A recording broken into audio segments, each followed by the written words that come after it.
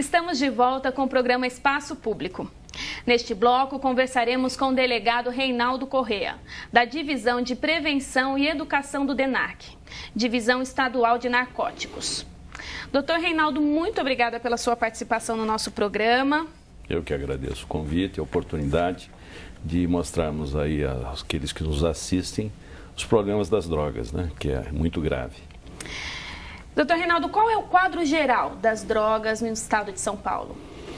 O quadro geral é assustador. Tanto São Paulo como os demais estados aí da nossa federação, hoje nós temos as drogas invadindo todos os municípios, né? Não é um problema só do Brasil, é um problema do mundo hoje todo. A problemática das drogas gera grandes fortunas e por isso os traficantes estão atuantes. E dentro de São Paulo não fica muito diferente com o tamanho dessa cidade. Então nós temos o envolvimento das drogas, como o doutor Laco falou, das drogas lícitas, começando do álcool, tabaco, abuso dos medicamentos que o adolescente hoje tem abusado muito. E depois sim, nós temos o problema da maconha, o problema da cocaína, anfetaminas e uma série de outras drogas que pouco a pouco adentram o mercado. Houve um crescimento em relação ao uso nos últimos anos? Nesses 2 últimos anos nós temos identificado um crescente número de usuários, né? Enquanto nós conversamos aqui, várias pessoas que nunca usaram drogas estão começando a usar. Hoje nós temos um número assustador, né? Eu tinha como 6 milhões de usuários, né, de maconha. A revista Veja nos mostrou aí cerca de 20 milhões de experimentadores. Hoje nós temos cerca de 3 milhões de usuários de cocaína, 1.200.000 usuários de crack. Hoje nós já somos também um dos campeões de uso de anfetamina. Quase 7 milhões de brasileiros usam desde os moderadores de apetite até o êxtase. E quais as frentes de atuação do DENARC para conter o avanço das drogas no estado? O DENARC trabalha de 2 formas. Trabalhar na repressão, né? Nós fazemos as investigações sobre as grandes quadrilhas. Não compete ao DENARC pegar a biqueira, né, que está vendendo a droga. Aí compete às delegacias, à Polícia Militar. O DENARC faz as grandes investigações para tirar as quadrilhas organizadas deste meio e aliviar essa pressão na sociedade. E também trabalhamos na forma da prevenção. Nós temos essa divisão de prevenção e educação, existe há 24 anos. Nós damos palestras em igrejas, escolas, clubes de serviço, empresas e também nós damos cursos de formação de agentes multiplicadores na prevenção, né? Nós levamos esses cursos ao interior. São cursos mais elaborados, são 9 palestrantes tratando dos diversos assuntos envolvendo as drogas. E estes cursos são de 20 horas aulas, 5 dias por semana.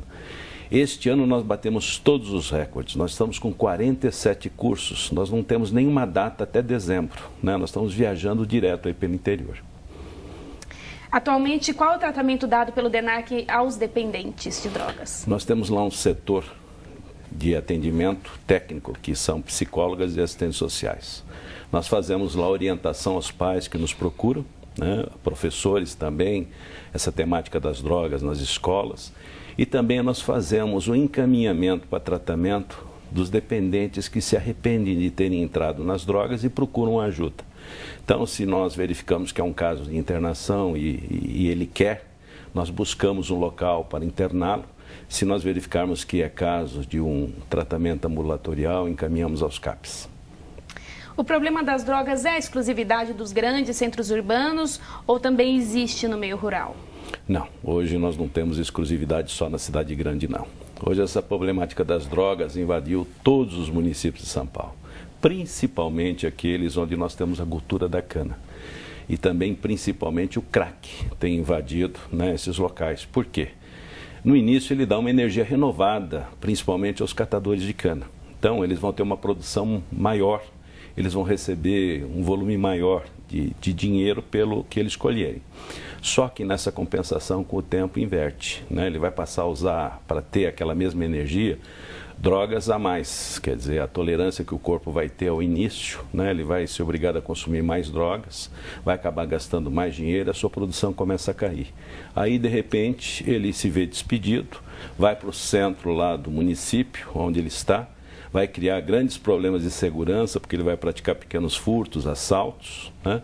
E vai se socorrer também no posto de saúde da cidade, aí onerando o município, porque normalmente os remédios para tratamento de dependentes químicos são remédios de alto custo. Quais são as parcerias que o DENARC mantém no controle às drogas ilícitas?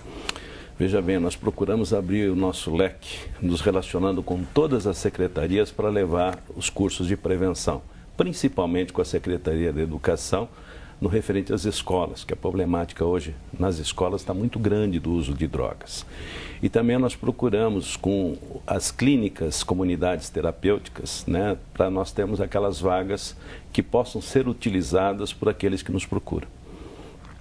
Na sua opinião, as manifestações recentes em torno da maconha, elas contribuem para amadurecer o debate da descriminalização e da legalização de determinadas drogas?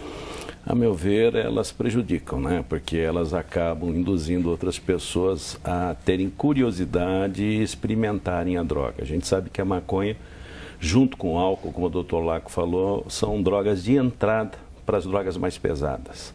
Qualquer entrevista que você verificar de dependentes hoje, usuários de crack, você vai ver que a primeira informação, comecei pela maconha e de repente passei para o mesclado e fui para o crack, né? Então a maconha realmente é uma porta de entrada. Hoje se divulga uma coisa muito errada, dizendo que a maconha em si, ela causaria menos problemas que o tabaco. Isso aí é um fato enganoso, porque a maconha tem 50% mais alcatrão que o tabaco. Ela vai dar mais doenças respiratórias do que o próprio tabaco. E realmente ela causa grandes alterações no seu usuário contumaz, aquele que usa sempre, né? E ele vai perder muito. E aí nós vamos ficar, se nós tivermos a abertura, a permissão de uso normal, geral, pela maconha por toda a população, nós vamos ter aí realmente, junto com o álcool, junto com o tabaco, mais uma droga lícita, prejudicando mais os adolescentes e aquelas pessoas que no futuro levarão os destinos do nosso Brasil. Na sua concepção, há um meio de liquidar com as drogas de uma vez por todas? Isso é uma coisa que nós não conseguiremos nunca, né? Hoje, o usuário guarda uma dependência e você tem um crescimento no volume das drogas. Você tem as drogas lícitas, você nunca vai conseguir proibir o uso do álcool, né? Nós não buscamos isso. Nós trabalhamos com o abuso do álcool.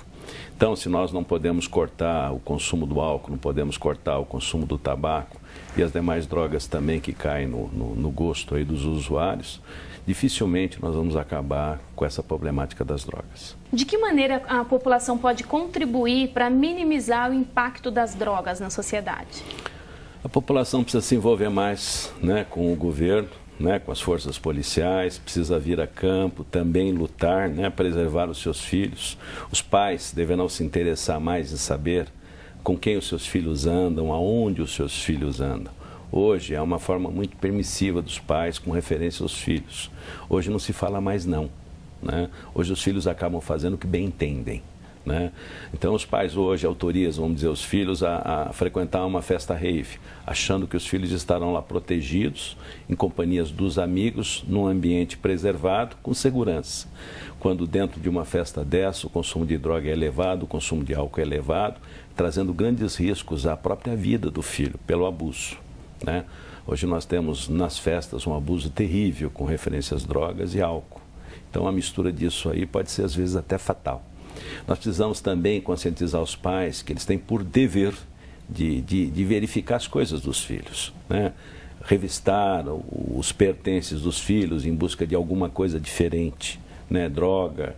Hoje nós temos uma droga entrando aí no mercado, uma droga perigosíssima que substituiu nos Estados Unidos o crack, é uma metanfetamina, o crystal meth ice, né? Tem 13 milhões de usuários nos Estados Unidos, 1,5 milhão de dependentes, causa morte, destrói como crack. E ela começou a entrar em São Paulo.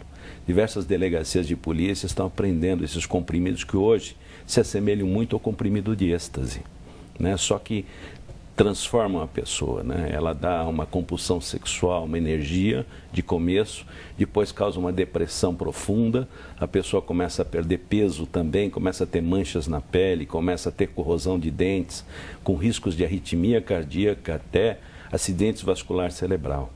Então ela começou a entrar pela parada gay, né? E aí começou a cair no gosto, hoje, dos adolescentes na vida noturna. O senhor afirmou que o álcool e a maconha são as portas de entrada para as drogas mais pesadas. Qual a idade média do início do consumo dessas drogas? Hoje nós situamos o jovem entre os 11 e 12 anos como início do consumo das bebidas alcoólicas, quanto também no consumo da maconha.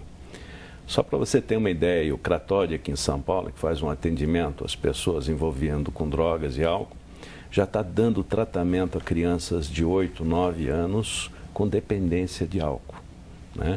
Nós temos de tomar muito cuidado com o exemplo que nós damos dentro de casa, né? Os pais hoje, no almoço de final de semana, o pai se senta à mesa e ele se serve de uma cerveja dando ao filho um suco, às vezes crianças de 5, 6, 7 anos. E ele faz elogios à cerveja que ele está bebendo. Quer dizer, a criança fica olhando o que o pai está fazendo, achando que o pai está tomando uma coisa mais gostosa do que ele está tomando. E às vezes o próprio pai oferece, né? O próprio pai deixa a criança experimentar. Se ele não fizer isso também, o que acontece? Ele larga sobre a mesa, ou põe na geladeira. Na ausência do pai, a criança pode ir lá fazer experimentar tanto a cerveja que está sobre a mesa, como depois se servir dentro da geladeira, né? Nós temos casos aí na periferia, que assistimos até quando nós fizemos diligências, de encontrar pessoas bebendo, tanto cerveja quanto até aguardente, e dando a filhos menores que estavam do lado. Quer dizer, você já está tornando o seu filho um alcoólatra. Futuramente ele vai ser um alcoólatra, se ele desde criança já está experimentando. E nós temos um problema muito grave. Por que nós falamos que o álcool é a porta de entrada das demais drogas? Porque, sob o efeito do álcool, aquele freio moral que o pai coloca na cabeça dos filhos, toda aquela informação que os professores passam àquela pessoa, tudo isso cai por terra, aí ele vai começar a usar a droga que o amigo oferece. Não é o traficante que vem oferecer a droga. Quem oferece é o amigo. Por isso que é importante também os pais conhecerem com quem os filhos estão saindo. Trazer os amigos até em casa para conhecê-los, para saber realmente se são confiáveis. Porque os amigos podem levar o seu filho a fazer o consumo. E o álcool realmente tira todo o álcool. Nesse componente do álcool, nós temos um outro crime gravíssimo que o componente do álcool entra de forma direta: pedofilia. Em 38 anos de atividade policial, todos os casos que eu atendi de pedofilia têm um envolvimento do álcool. Porque a pessoa ainda tem um freio moral, ela se segura, tem vontade, mas ela se segura. Sob o efeito do álcool, esse freio cai. E aí, se a oportunidade aparecer, ele pratica o crime. Temos um caso que aconteceu uns 30 dias atrás. Um senhor não viu o pai há diversos anos, estava lá no norte. Ele conseguiu reunir umas economias, trouxe o pai para São Paulo, foi buscá-lo, trouxe para o almoço. O pai, como lá tomava o aguardente, ele veio e tomou aqui também. Aí o filho saiu para trabalhar, deixou o pai com a filha de 7 anos. E ele tentou abusar da neta, só não conseguindo porque ela foi mais forte que ele, o empurrou. Saiu para a rua sendo perseguida, e aí os populares o prenderam, chamaram a polícia e chamaram o homem de volta. Agora você imagina ele chegar em casa e encontrar aquele quadro. Então você vê que o álcool tem um componente gravíssimo na sociedade. Dr. Reinaldo, para finalizar, o senhor gostaria de acrescentar algo que não foi mencionado até agora? Nós gostaríamos realmente de convocar os pais para que busquem conhecimento a respeito das drogas, né? Para saber quais as drogas que estão sendo utilizadas, quais os efeitos que essas drogas podem acarretar ao organismo, para depois eles voltem a ter o diálogo com os filhos, repassando isso aí que eles tomarem conhecimento e trabalhando pela prevenção. Dr. Reinaldo, obrigada pela sua participação no nosso programa. O Espaço Público fica por aqui. Obrigada pela audiência. Mande sugestões de temas para o e-mail que aparece na tela. Até mais!